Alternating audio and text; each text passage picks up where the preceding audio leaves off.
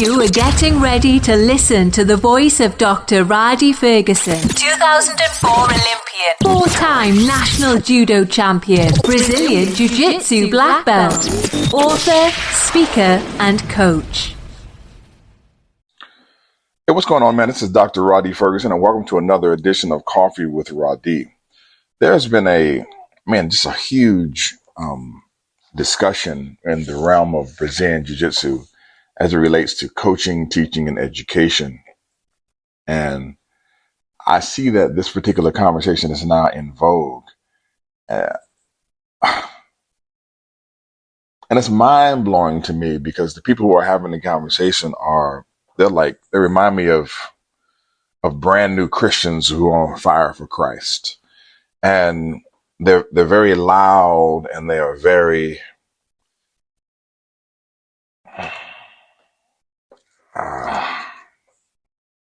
they're very resolute in their positioning, but they don't really have a lot of experience. There are some things that are learned through practice, and there are some things that are discovered through theory. And why I do believe in understanding theory and the theoretical approach as it applies to the things that we do in practice. At the end of the day, as Dr. Chris Brown and I talked about last night, I'm a pragmatist, and I'm concerned with doing what's practical, what I found useful, and what I've done over the years. And I'm willing to look at the research, but the research in and of itself is cyclical, because here's what a lot of people don't understand when it comes to, I don't care if you call it ECO or the CLA approach, constraints-led approach. The bottom line is these things are called the inquiry-based learning. That's what it's been called for years, and it's been done through different disciplines over and over and over again. And now, because Brazilian Jiu-Jitsu is new, everybody's doing it in Brazilian Jiu-Jitsu. And the reason why I'm doing this particular podcast is because I want individuals to understand that there's more than one way to skin a cat. The best way is the way that works best for your clientele. And when it comes to the acquisition of skill and the acquisition of expertise, those two things are different. And when it comes to the acquisition of expertise, the best model to use is what we would call a hybrid model. And somebody asked me, what is a hybrid model? I said, well, a hybrid model is when you take two or more things and you put them together and you utilize the best of each modality, usually two things. But I want to have a talk today to provide you just with some context. I think a lot of people really need this understanding. I want to talk about direct instruction, all right, versus the inquiry-based learning model in terms of judo and Brazilian Jiu-Jitsu, more specifically Brazilian Jiu-Jitsu, and create a parallel within this discussion of the same arguments that have already happened in the realms of mathematics, language arts, and foreign language education. All right. So I want to talk about the andragogical and pedagogical debates across the disciplines. I think that's important to understand. Now, when it comes to the martial arts of judo and Brazilian Jiu-Jitsu, these two things are deeply rooted in tradition. Judo having a more long-standing tradition than Brazilian Jiu-Jitsu, unless you just accept, like I do, that Brazilian Jiu-Jitsu is judo. Yet, okay, they have evolved through varying instructional methods. What I really enjoy about judo is judo kind of covers everything.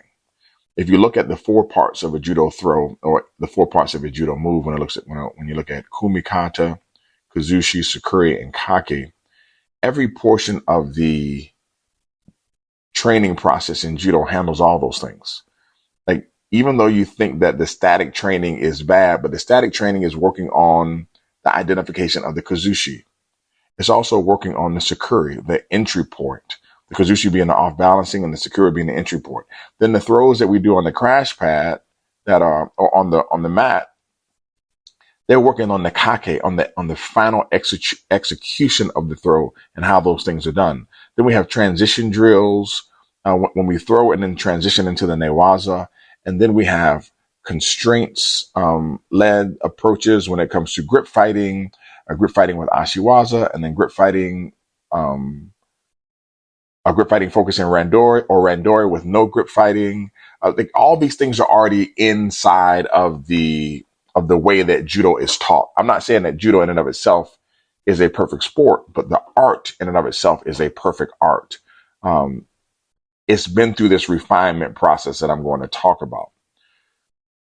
So one of the most debated educational or teaching and learning topics among coaches and practitioners right now is this direct instruction model and the inquiry-based learning model, what they call the eco approach or the CLA approach, whatever you want to call it. I go with whatever they call it, but it is an inquiry-based learning model. And what a lot of people don't realize is that these debates are not new. Discussions about structured versus exploratory learning have been happening for decades in the realm of education, mathematics, language arts, foreign language acquisition. And judo has already gone through these phases over the years, but BJJ is now just experiencing this evolution. Oh my gosh, it is painful for me because I feel like I'm back in talking about things that I was talking about during my master's program in education at Howard. Judo's already gone through these phases over the years. All right.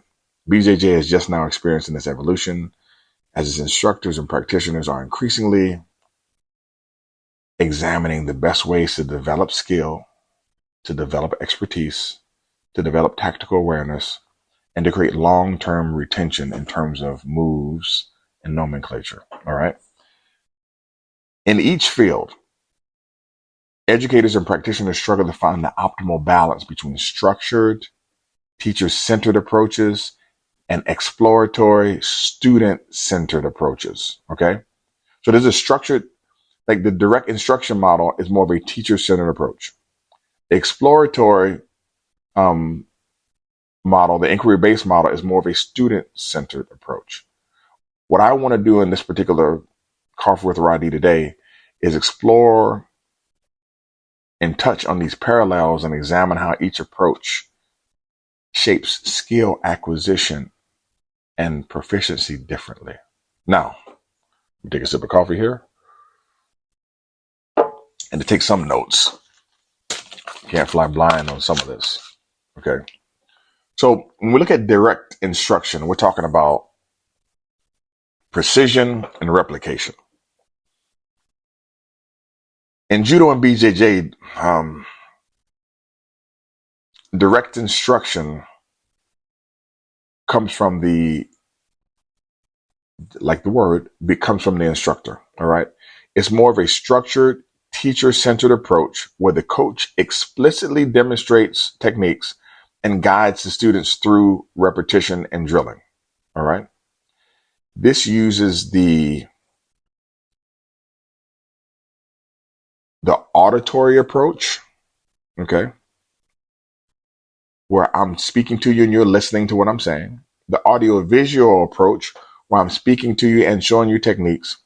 And then the tactile learning approach where I'm showing the technique on you or helping you move through the technique so that you can get it. This particular method of direct instruction is concerned with skill replication, efficiency. It provides immediate feedback, and it's concerned with skill automation. Now, when it comes to skill replication, the athletes develop consistent, reliable techniques through the repetition.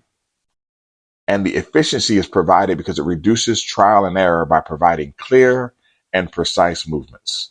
You get immediate feedback because coaches can instantly correct the errors, fostering technical accuracy. Now, when it comes to skill automation, the repeated drilling leads to subconscious execution under stress. Now, here are the drawbacks. Is a lack of adaptability. There's limited problem solving when faced with unfamiliar situations. There's reduced creativity because the instruction is very rigid, and it can provide an over-reliance on the coaches. Now, the parallel in mathematics is something called the procedural approach. In mathematics, direct instruction manifests itself through the procedural approach, where students are taught step-by-step algorithms to solve problems.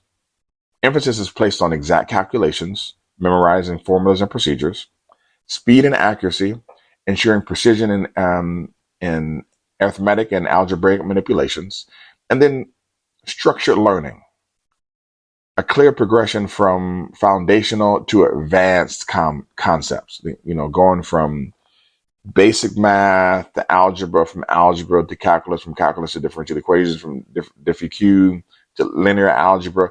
Like there's a clear progression. Now, here are some of the criticisms of procedural learning.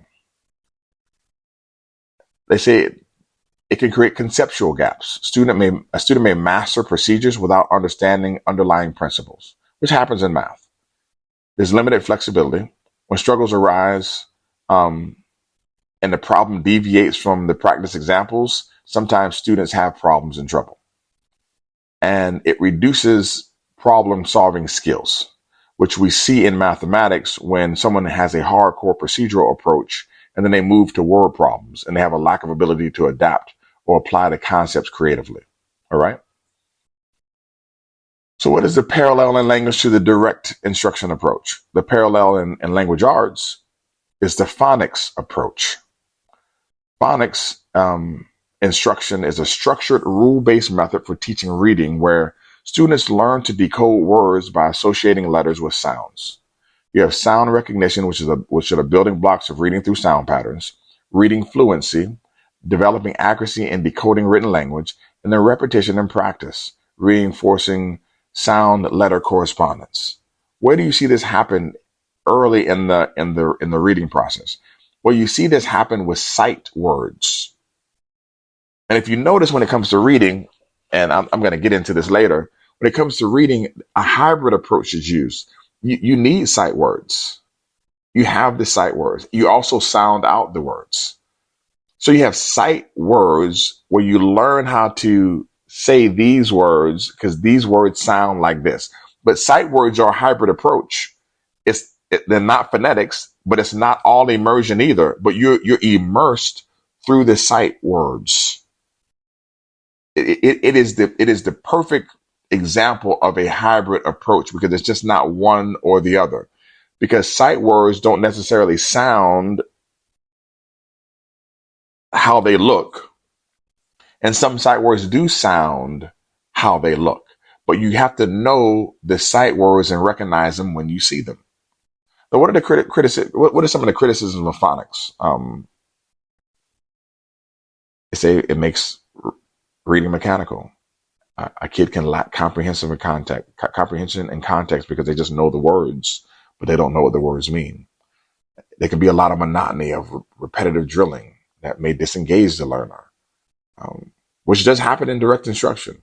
And then there's sometimes poor adaptation. There's a difficulty with irregular words and contextual nuances. These things happen. Now, what is the parallel in foreign language for direct instruction? I need another sip of coffee here. Remember, this isn't the most exciting coffee with Rhadi, but I think it's necessary from an educational standpoint so that people, they're not led astray. And they understand that these discussions have been had over and over again. And it just irks me and burns me up every time you try to have a discussion with one of these new eco people. And they always say, well, you don't really understand what eco is. You don't really understand what that. Well, your understanding is my man. My understanding on this isn't limited. This ain't no new shit. This shit has been done over and over again in different fields. It's just what you're doing now is just a fucking remix. That's it. It's R. Kelly remix, man. That's just all it is. So the parallel in foreign language education, when it comes to direct instruction, it would be the grammar translation method. In foreign language learning, direct instruction is often represented by what I just told you, the grammar translation method, where vocabulary and grammar rules are explicitly taught. You get translation accuracy, you get rule memorization, and you get structured vocabulary acquisition. You get a list of words where you memorize, You know, like in Spanish, you know, you get cafeteria, biblioteca, baño, you know, fregador. Like you just learn the words of the things that are inside the house, and then you learn how to put them in sentences. Now, what is the criticism of this approach? Well, you can end up lacking conversational skill. It, you're not really focused on reading and writing.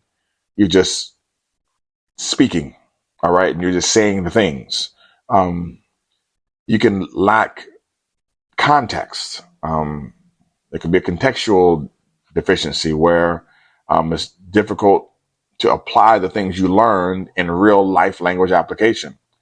And then the other knock, just like the other ones, is this: it's rigid. The learning is rigid.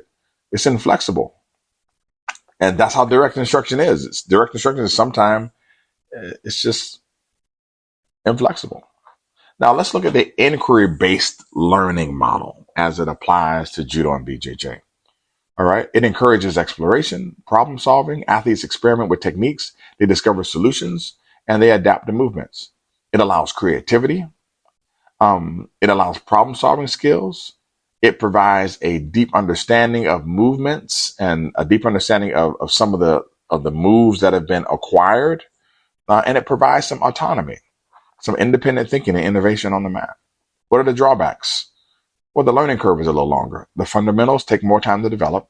There's a lot of inconsistency, and technique execution may vary, leading to inefficiency. And there's a higher error rate. And one of the problems that we see when it comes to training athletes, especially those that are looking to become experts and are looking to compete at the highest levels, let's just say the Olympics, there's a chronological landscape that's available from the time that they're training until the Olympic trials. And that's the set amount of time. And they don't get another Olympics. Like, some people only get a few chances at the Olympics, really one, but most people just one, but a few chances at the Olympics in their lifetime. And you don't have time to deal in anything that has a high error rate or a long learning curve. You just can't do it. Now, what's the parallel in mathematics when it comes to the inquiry-based method? The parallel in mathematics is called the conceptual approach. In mathematics, inquiry-based learning is akin to conceptual learning, where students investigate mathematical ideas through exploration and problem solving. What do they get from that? Well, they get what's called discovery learning. They get to investigate patterns and relationships. They also develop flexible thinking. They can apply these concepts to novel situations. It's more word problem based. They get conceptual understanding of grasping the why behind the mathematical operations. Now, here's the criticism to conceptual learning. Slow mastery. Takes longer to develop procedural fluency. There's inconsistency. Students may develop varied and inefficient strategies, something that works well on one level of math, but doesn't transfer to the next level of math, instead of having a standard way of doing things. Then there's a higher cognitive load on the learner. It demands more from the learner, especially at the foundational stages. Now, what is this parallel in language arts? The parallel in language arts is the whole language approach.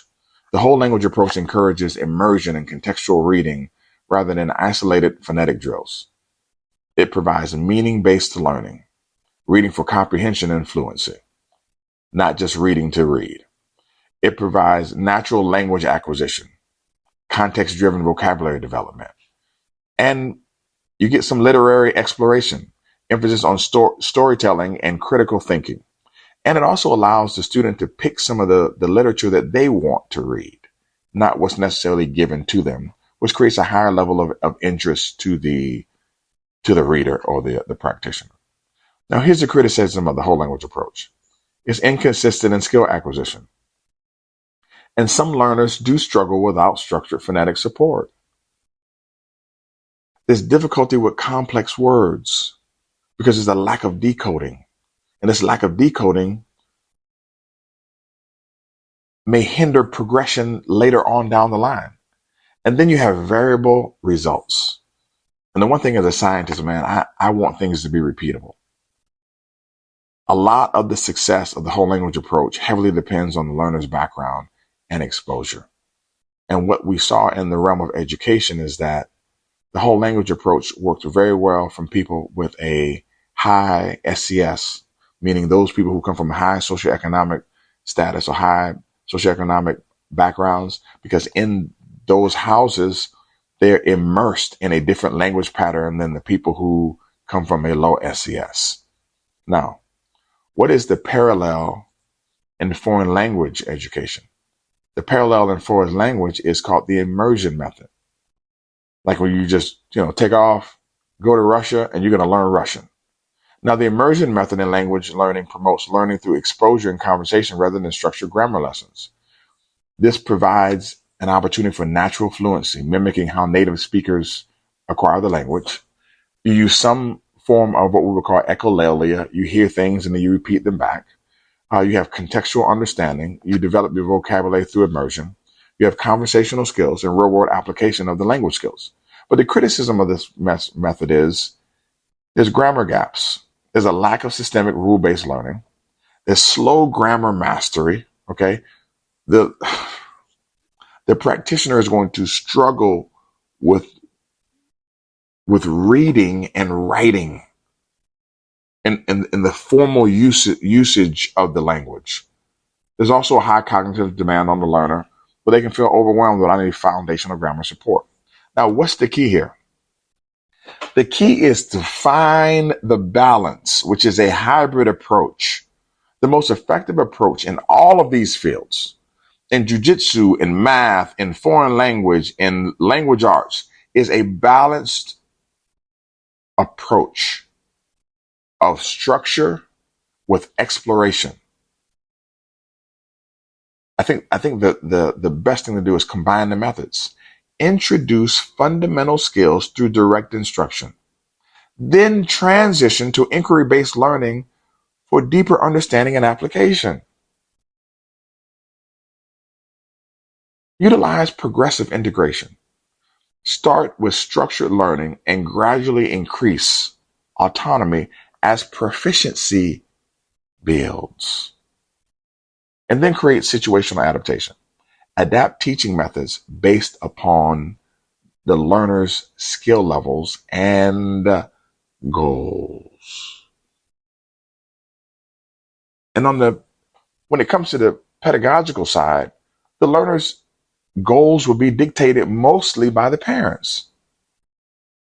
Find out what the parents want to get accomplished, and then utilize the best combination of the two modalities to best suit the learner. Direct instruction and inquiry-based learning represent two sides of a pedagogical spectrum, okay? Whether in judo, BJJ, mathematics, language arts, foreign language, or any realm of education, whether it's teaching and learning which exists, the key to success is dynamic integration, hybridization. Leveraging the strengths of both approaches will result in a well-rounded, proficient, and adaptable learner. BJJ, man, is just going through this phase right now. Other disciplines have debated it for years, okay? By appreciating the merits and limitations of each method, educators and coaches can create comprehensive and flexible training programs that address foundational accuracy while fostering creativity and problem-solving skills. As I said before, and as I say now, it's not a question of either or. It's the right mix of and. You use this method and you use the other one. This is Dr. Ferguson. Have a super fantastic day. Remember that I love you, but God loves you best. And please, please, please visit www.judoislife.net and provide me a little bit of support by getting my book, my free book, Judo is Life, today. Take care. You are getting ready to listen to the voice of Dr. Rhadi Ferguson, 2004 Olympian, 4-time national judo champion, Brazilian Jiu-Jitsu black belt, author, speaker, and coach.